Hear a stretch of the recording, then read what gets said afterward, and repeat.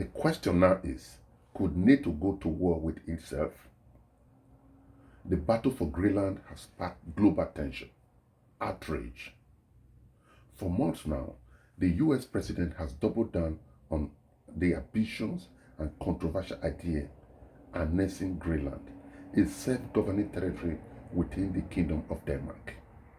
What is the justification for this, and why now? Washington claims that Greenland is vulnerable to Russia and China's influence, and that America is the rightful caretaker of the island. They went further to say that if diplomacy doesn't work, they will take the island by force. This proposal has sent a shockwave across Europe and also in the United States. Both the Republicans and the Democrats agrees on one thing, that Greenland should be left alone. But the White House is insisting that they will go ahead to annex Greenland. This escalating dispute has now become a nightmare for NATO. The craziest part of this story is that Denmark is the sovereign over Greenland and is a NATO member. America is the head of NATO. The entire NATO alliance was built to deter Russia, not to fight itself. In recent days, diplomatic talk in Washington broke down. Denmark and Greenland rejected US offer to buy the island, and US officials hinted that the only way is force.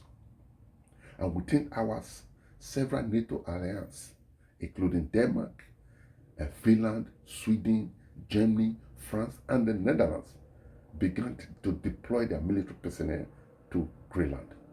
And more European countries are preparing to send their troops there. So what's the message that NATO is trying to send to Washington?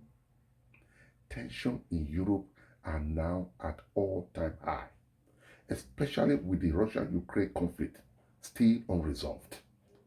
Moscow continued to pushing to annex the remaining part of Donbas region, while Kremlin rejected a US-broke peace plan that would trade the territory for NATO-level kind of security guarantee for Ukraine.